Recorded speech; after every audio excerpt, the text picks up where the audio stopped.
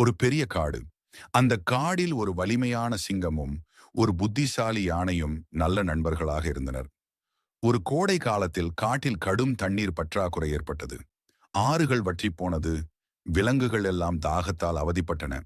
அப்போது சிங்கம் சொன்னது, நாம் ஏதாவது செய்யணும் நண்பா. எல்லாருக்கும் உதவணும். யானை சிந்தித்து ஒரு திட்டம் போட்டது. காட்டிற்கு அப்பால் இருக்கும் ஒரு பெரிய ஏரியில் இன்னும் தண்ணீர் இருப்பதை அது நினைத்தது. யானை தனது நீண்ட தும்பிக்கையால் பெரிய பாத்திரங்களில் தண்ணீர் எடுத்துக் கொண்டு வந்தது. சிங்கம் அந்த தண்ணீரை மற்ற விலங்குகளுக்கு பாதுகாப்பாக பகிர்ந்தது. இரண்டு நண்பர்களும் சேர்ந்து நாட்களாக உழைத்து காட்டை மீண்டும் உயிர்ப்பித்தனர். முடிவில் எல்லா விலங்குகளும் சொன்னது, ஒற்றுமை இருந்தால் எதையும் சாதிக்கலாம். கற்றுக்கொள்வோம். நண்பர்கள் சேர்ந்து செயல்பட்டால் பெரிய பிரச்சனைகளையும் எளிதாக தீர்க்கலாம்.